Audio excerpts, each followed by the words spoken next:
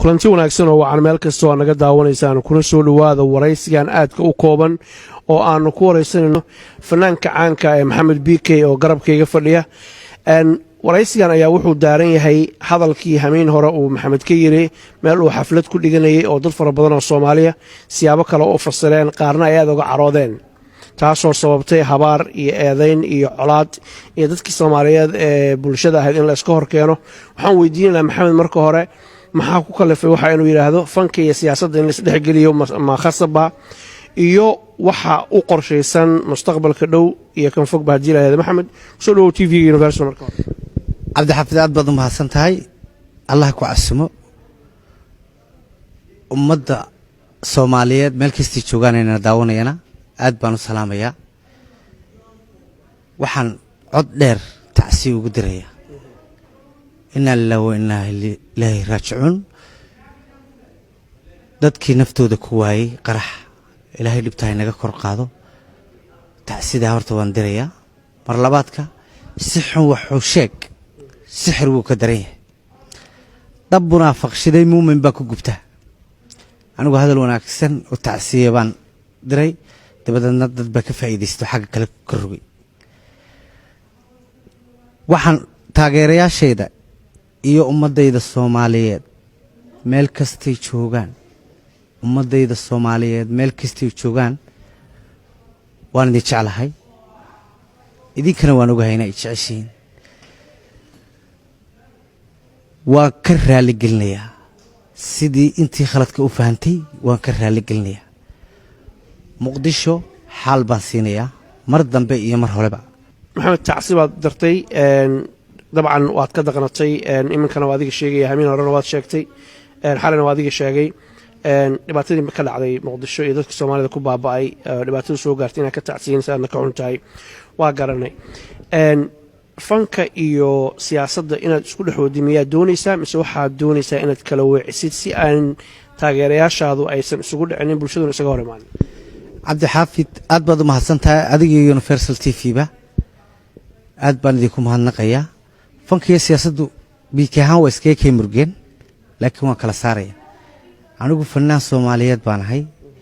muraayada gariina sitay waan iska saaraya fanaan Soomaaliyeed baan ahay meel walbana waan tagayaa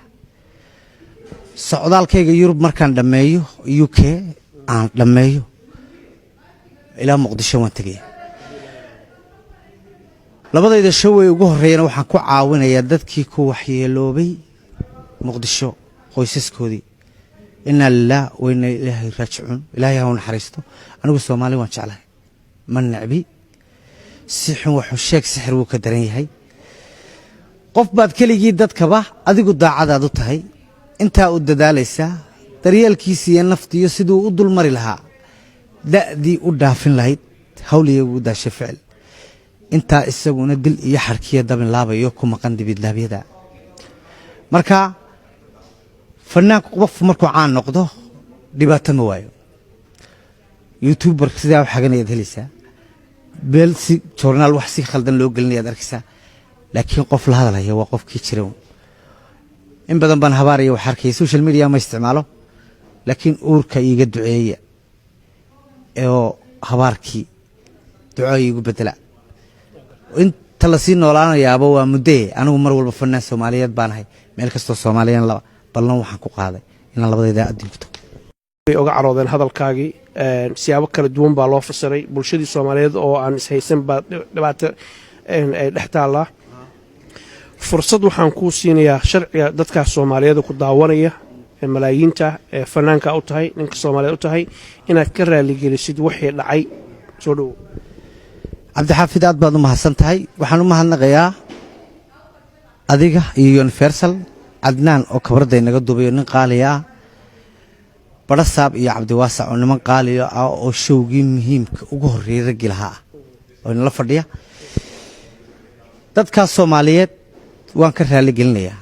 deenu weyn ciidamada ka dhacda khaladkuna waa la ismoodsin karaa igu tuurade markii hore ciidamada waa igu tuurteene igu tuura anigu siyaasad dambena kuma jiro ballan waxaan idinku qaadayaa meel kasto Soomaali joogto inaan idinku imaado waan idinka raali gelinayaa I love Muqdisho xalna waan siinaya intaas ayaanu kusoo gabagabaynaynaa haddii ilaahay yidhaahdo waraysigan aadka u kooban ummadda soomaaliyeed qof aan khaldamin ma jiro maxamed waa maqlaysaan raalli kama ihi buu yidhi wixii dhacay waa ka xumahay ilaahay baan khaldaminin shicibkaas soomaaliyeed ee walaalaha isdugsanaya colaad iyo dhibaato yaan la dhex dhigin yaana laga faa'iidaysanna xumaan loo fasirin qof aan khaldaminin adduunka ma jiro walaalka hadduu raalli ku yidhaahdo madaxaa la saartaa aad baa u mahadsantihiin maxamed aad baadna u mahadsantahay